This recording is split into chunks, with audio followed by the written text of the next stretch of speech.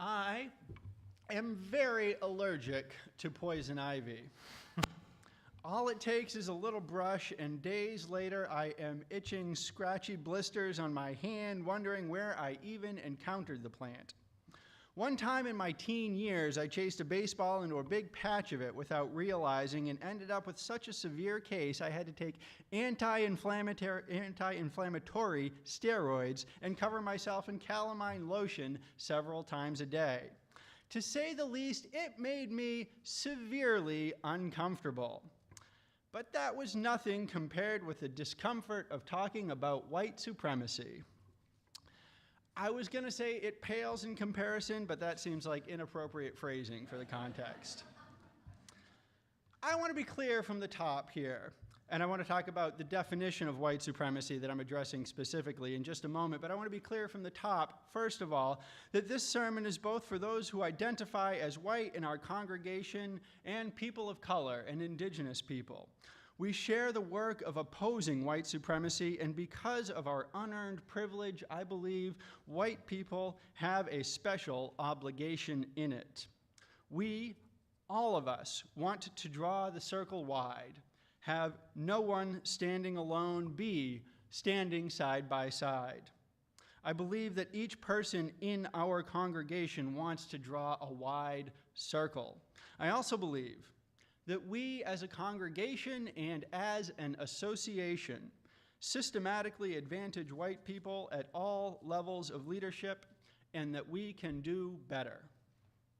We use the term white supremacy here not in the skinheads and clan hoods sense, but rather the academic sense, where the term white supremacy can refer to political or socioeconomic system where white people enjoy a structural advantage or privilege over other ethnic groups, both at a collective and an individual level. And I acknowledge that this is not terminology shared by everyone to whom this work is important, whether white identified or identifying as people of color or indigenous. Many folks in the last couple of weeks have questioned the clarity and usefulness of the term white supremacy to the goals of our movement of racial justice and equity. I think we are especially sensitive to its use here in the South, where the white supremacy that refers explicitly to racial hatred is more immediate, since we are only decades removed from fighting against the expectation of segregated congregations and threats of violence from the KKK. I'd like to echo the sentiments of my colleague from First Parish, Cambridge, Reverend Clyde Grubbs, a longtime leader of anti-racism work in our movement, who pointed out that this term is used by many scholars across a number of fields, including critical race theory, sociology, and intersectional feminism. This is a broadly used and accepted term, whether we are used to it or not. To me, it was a term that felt appropriate in many instances even before the current controversy in our movement, and it is one that I've been eager to embrace. Crucially, this term allows us to centralize the role of white folks in racism. Traditionally, we've considered racism a people of color problem. But this phrase allows us to acknowledge that if we are going to put an end to systems of oppression in our movement, it's going to take the work of a lot of white people. White supremacy is uncomfortable to talk about because discomfort is a tool of oppression. Discomfort is a tool of oppression. Shout out to Anna Marie Cox and Ira Madison III for their March 3rd episode of the podcast with Friends Like These for addressing this directly. Discomfort is a tool of oppression, and the guilt and the shame and the fear and the anguish that we feel talking about white supremacy has roots dating back to the beginning of our country and before.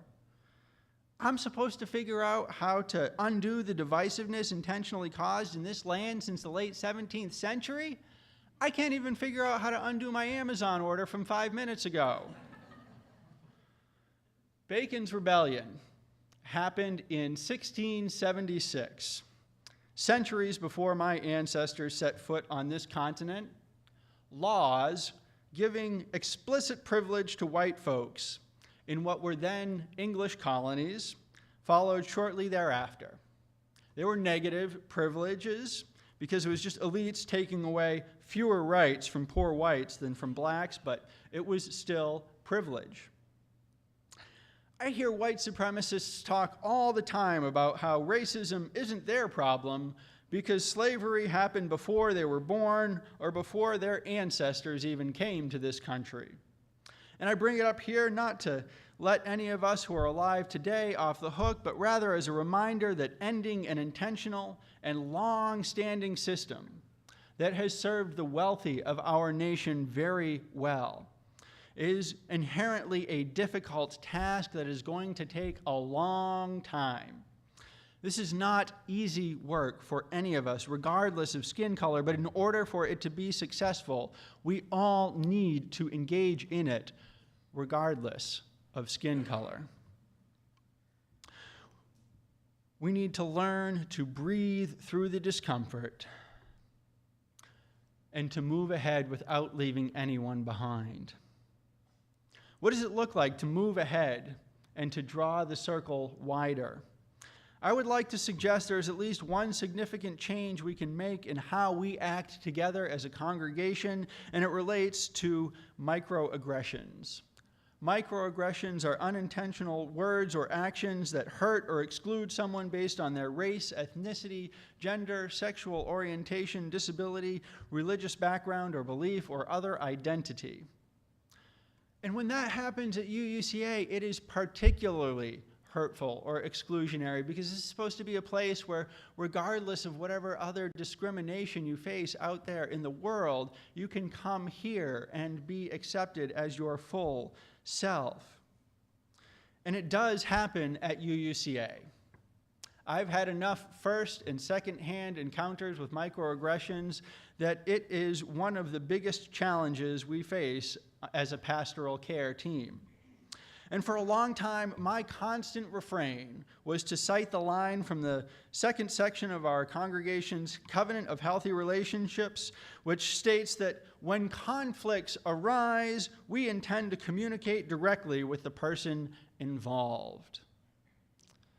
I encouraged our lay ministers to say to folks what I thought was the healthiest resolution to these kinds of situations, which was for the person who got hurt to speak directly with the person who committed the microaggression. But the more time that went by, the more times I found myself saying this, the more times I heard myself asking a person with a marginalized identity to confront someone with power in our congregation, the more wrong it felt. I began to realize that, for example, a person of color could literally spend the majority of your time at this, your spiritual home, engaging in that process of communicating directly with the person involved. The majority of your time. For me, it was like the most mild possible version of that realization during the last half hour of the movie Get Out. Which, by the way, if you haven't seen the movie Get Out, and you can at all stand a gory horror movie, I encourage everyone to see it. All right, we've got a very small handful of very enthusiastic folks over that, and a large majority of people who probably don't like gory horror movies. You could spend the majority of your time at UUCA having difficult, awkward conversations about microaggressions. Another option would be to just ignore the microaggressions, fearing that they would never go away, and knowing that you might be missing an opportunity to make things better for the next person of color who walks through the door. It's not fair. It is absolutely not a fair quandary for anyone to be in the place where you come for spiritual nourishment. We become the opposite of spiritually nourishing. We become draining.